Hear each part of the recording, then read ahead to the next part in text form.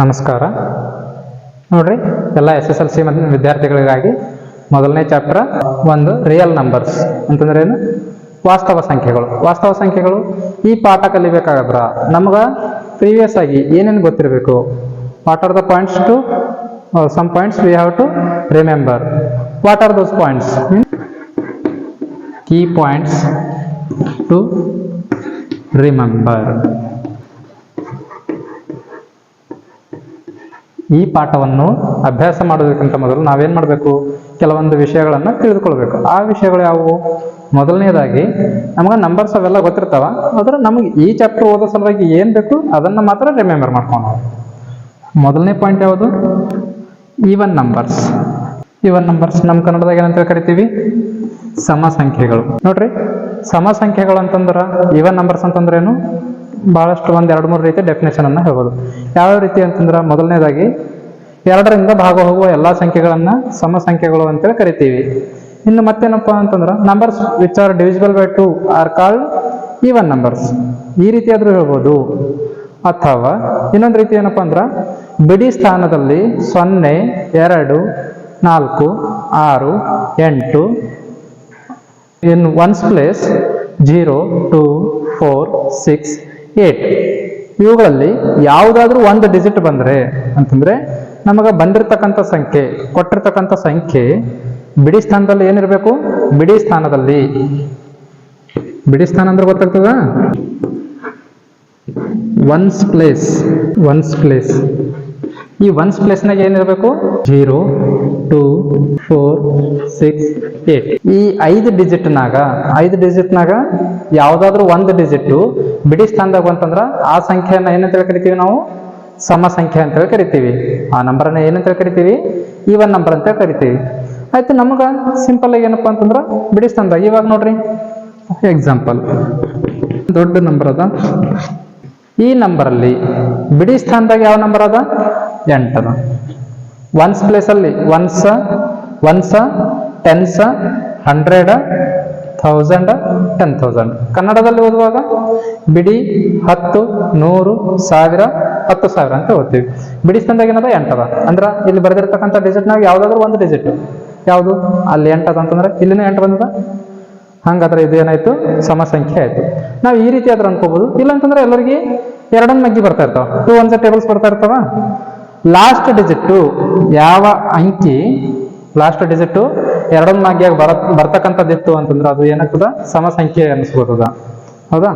ಈಗ ಎಕ್ಸಾಂಪಲ್ ನೀವೇನ್ ಬರೀರಿ, ಕೆಲವೊಂದು ಈವನ್ ನಂಬರ್ಸ್ ಅನ್ನ ಬರಿಬಹುದು, ಸಮ ಸಂಖ್ಯೆಗಳು. ಓಕೆ, ಯಾರಾದ್ರೂ ನಿಮಗೆ ಬರಿಬೇಕಿತ್ತು ಅಂತಂದ್ರ ಈ ವಿಡಿಯೋನ ಪಾಸ್ ಮಾಡಿ ಈ ನೋಟ್ಸ್ ಅನ್ನ ಬರೀರಿ. ಆಯ್ತಾ ಬರೆಯೋದು? ಇದು ನೆಕ್ಸ್ಟ್ ಯಾವ ಪಾಯಿಂಟ್? ನೆಕ್ಸ್ಟ್ ಪಾಯಿಂಟಿಗೆ ಮೂವ್ ಆಗ. ಎರಡನೇದಾಗಿ ಯಾವ ಪಾಯಿಂಟ್ ನಮಗೆ ಗೊತ್ತಿರಬೇಕು ಅಂತಂದ್ರ ಆಡ್ ನಂಬರ್ಸ್.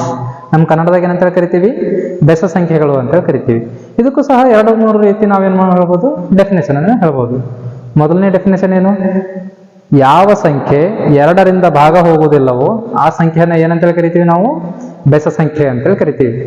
ಇಂಗ್ಲಿಷ್ನಾಗ ಹೇಳೋದಾದ್ರೆ, numbers which are not divisible by 2 are called add numbers. ಹೌದಾ? ಇದು ಒಂದು ರೀತಿ ಡೆಫಿನೇಷನ್ ಐತಿ. ಇನ್ನೊಂದು ರೀತಿ ಏನಪ್ಪಾ ಅಂತಂದ್ರ, ಬಿಡಿ ಸ್ಥಾನದಲ್ಲಿ 1, 3, 5, 7, 9 ಈ 5 ಅಂಕೆಗಳಲ್ಲಿ ಯಾವುದಾದ್ರೂ ಒಂದು ಅಂಕೆಯಿಂದ ಕೊನೆಗೊಳ್ಳತಕ್ಕಂಥ ಸಂಖ್ಯೆ ಇದ್ರೆ ಅದನ್ನ ಏನಂತ ಕರಿತೀವಿ ನಾವು? ಬೆಸ ಸಂಖ್ಯೆ ಅಂತ ಕರಿತೀವಿ. ಯಾವ A number which as 1, 3, 5, 7 or 9 in its ones place are called odd number. ಹೌದಾ? ನೋಡ್ರಿ, ಎರಡನೇ ಪಾಯಿಂಟ್ ಯಾವುದು ನಾವು ನೆನ್ಪಿಡ್ಬೇಕಾಗಿರ್ತಕ್ಕಂಥದ್ದು? Odd number. ಹೌದಾ?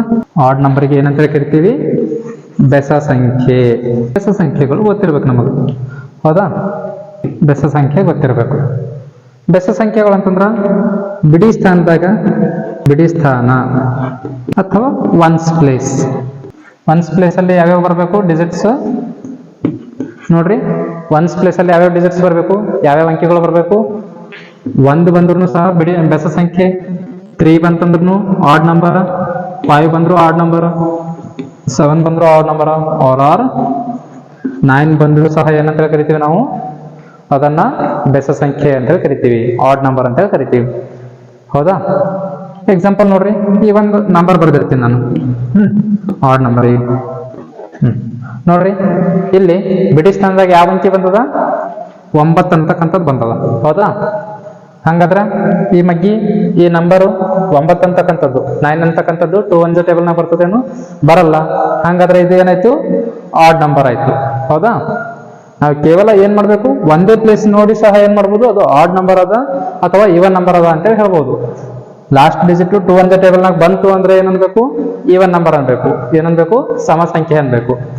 ಅದೇ ರೀತಿ ಆ ಲಾಸ್ಟ್ ಡಿಜಿಟ್ ಒನ್ಸ್ ಪ್ಲೇಸ್ನಾಗ ಇರ್ತಕ್ಕಂಥ ಡಿಜಿಟ್ ಯಾವ ಪ್ಲೇಸ್ನಾಗ ಬಂದ್ರ? ಒನ್ಸ್ ಪ್ಲೇಸ್ನಾಗ ಇರ್ತಕ್ಕಂಥ ಡಿಜಿಟ್ ಎರಡೊಂದ್ ಮಗ್ಗಿಯಾಗ ಬಂತು ಅಂತಂದ್ರ ಈವನ್ ನಂಬರ್, ಬರ್ಲಿಲ್ಲ ಅಂತಂದ್ರೆ ಏನ್ ಅನ್ಬೇಕು? ಆಡ್ ನಂಬರ್ ಅನ್ಬೇಕು. ಹೌದಾ?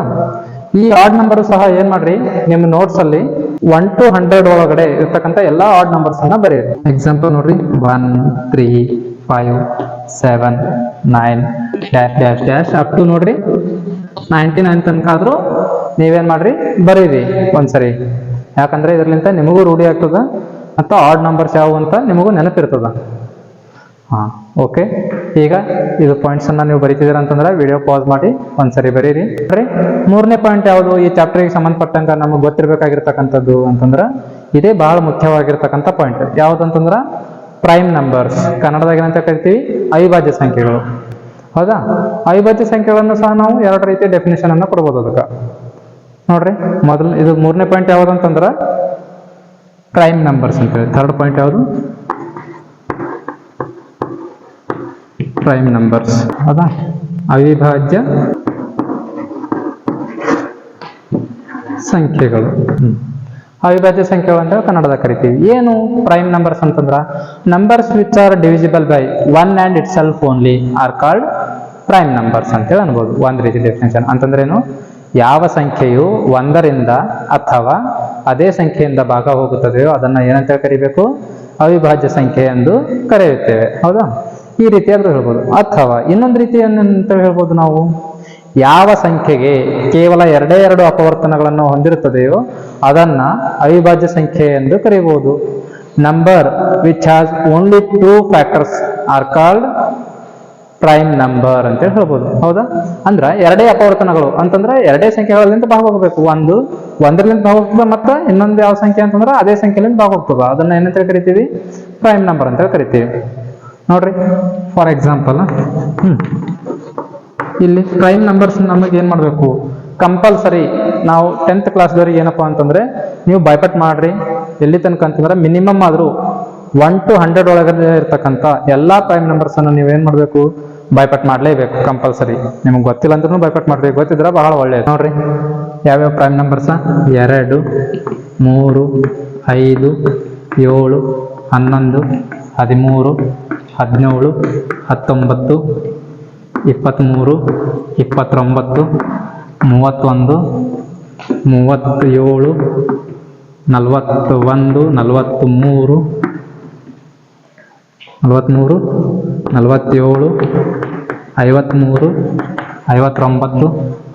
59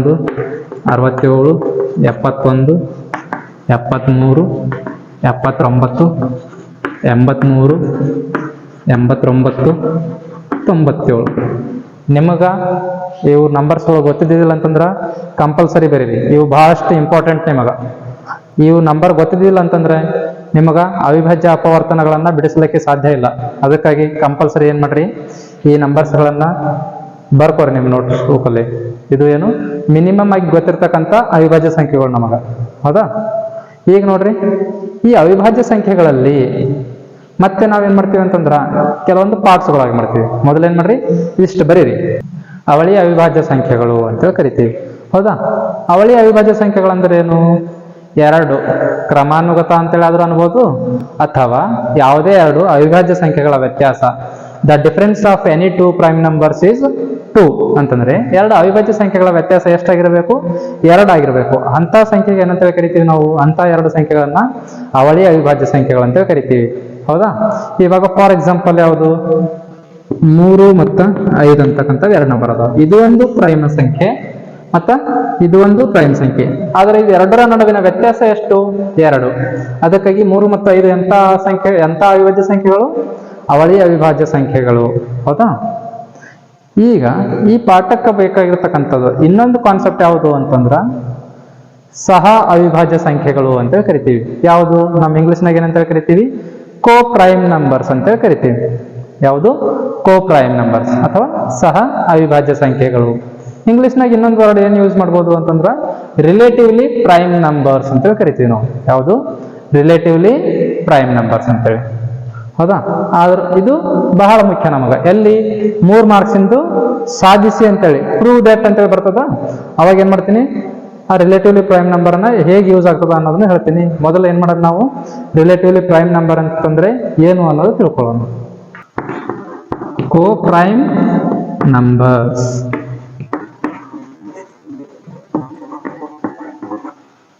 ಕೋ ಪ್ರೈಮ್ ನಂಬರ್ಸ್ ಕನ್ನಡದಾಗ ಸಹ ಅವಿಭಾಜ್ಯ ಸಂಖ್ಯೆಗಳು.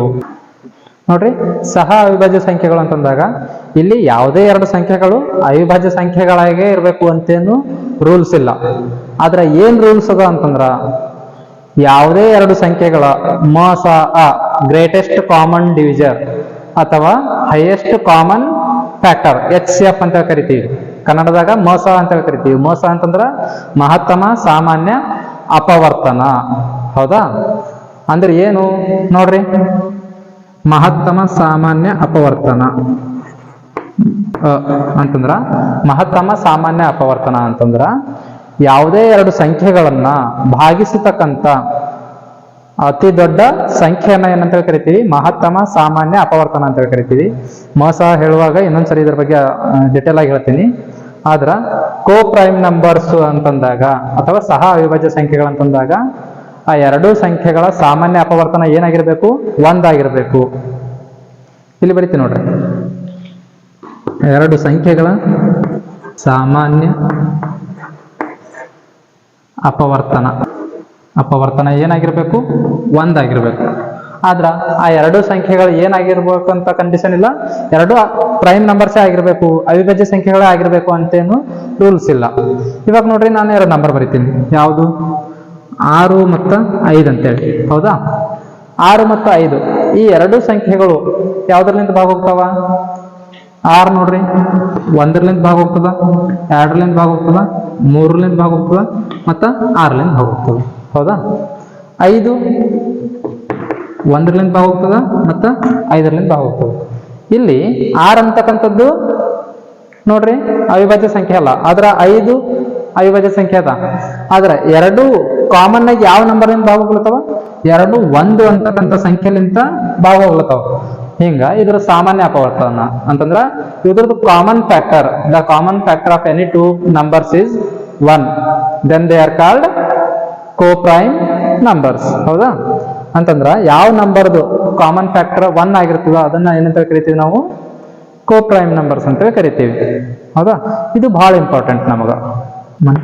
ಫ್ಯಾಕ್ಟರ್ ಎನಿ ನಂಬರ್ಸ್ ಈಸ್ ನೋಡ್ರಿ, 2 ಸಂಖ್ಯೆಗಳ ಸಾಮಾನ್ಯ ಅಪವರ್ತನ 1 ಆಗಿತ್ತಂದ್ರೆ ಅದನ್ನ ಏನಂತ ಕರಿತೀವಿ? ಕೋ ಪ್ರೈಮ್ ನಂಬರ್ ಅಂತ ಕರಿತೀವಿ. ಹೌದಾ? ನೀವೇನ್ ಮಾಡ್ರಿ, ಇದಿಷ್ಟನ್ನ ಬರ್ಕೋರಿ. ಬರ್ಕೊಂಡು ಎಕ್ಸಾಂಪಲ್ ಆಗಿ 6,5 ಬರಿಬೋದು. 1 ಪ್ರೈಮ್ ನಂಬರ್, 1 ಕಾಮನ್ ಬೇರೆ ಕಾಂಪ್ಲೆಕ್ಸ್ ನಂಬರ್, ಕಾಂಪೋಸಿಟ್ ನಂಬರ್ ಆಗಿರ್ಬೋದು, ಅಥವಾ 2 ಪ್ರೈಮ್ ನಂಬರ್ ಆಗಿರ್ಬೋದು, ಅಥವಾ 2 ನಾನ್ ಪ್ರೈಮ್ ನಂಬರ್ಸ್ ಆಗಿರ್ಬೋದು. ಯಾವ್ಯಾವು? ಇವಾಗ ನೋಡ್ರಿ, 4 ಮತ್ತು 9 ಅಂತಕ್ಕಂಥವು 2 ಸಹ ಪ್ರೈಮ್ ನಂಬರ್ಸ್ ಅಲ್ಲ, ಆದ್ರೆ ಇದ್ರ ಸಾಮಾನ್ಯ ಅಪವರ್ತನ ಏನದ ಅಂತಂದ್ರ 1 ಅದ. ಹೌದಾ? ಇಲ್ಲಿ ನೋಡ್ರಿ, ಇದು ಒಂದು ಎಕ್ಸಾಂಪಲ್, ಇದು ಒಂದು ಎಕ್ಸಾಂಪಲ್. ಹೌದಾ? ಇದು ಒಂದು ಎಕ್ಸಾಂಪಲ್, ಇದು 2ನೇ ಎಕ್ಸಾಂಪಲ್. ನೋಡ್ರಿ, ನೀವು ಈ ರೀತಿ ಬಹಳಷ್ಟು ಜೋಡಿಗಳನ್ನ ಹುಡುಕಬಹುದು. ಆಯ್ತು? ಇದು ಏನಾಗ್ತದ ಅಂತಂದ್ರ ನಿಮಗ ಸಾಧಿಸಿ ಅಂತೇಳಿ 3 ಅಂಕದ ಒಂದು ಪ್ರಶ್ನೆ ಬರ್ತದ, ಅಲ್ಲಿ ಬಹಳಷ್ಟು ಹೆಲ್ಪ್ ಆಗ್ತದ. ಅದಕ್ಕಾಗಿ ಸ್ವಲ್ಪ ಚೆನ್ನಾಗಿ ಬರೀರಿ. ನೆಕ್ಸ್ಟ್ ಪಾಯಿಂಟ್ ಅಲ್ಲಿ ಮತ್ತೆ ಸಿಗೋಣ.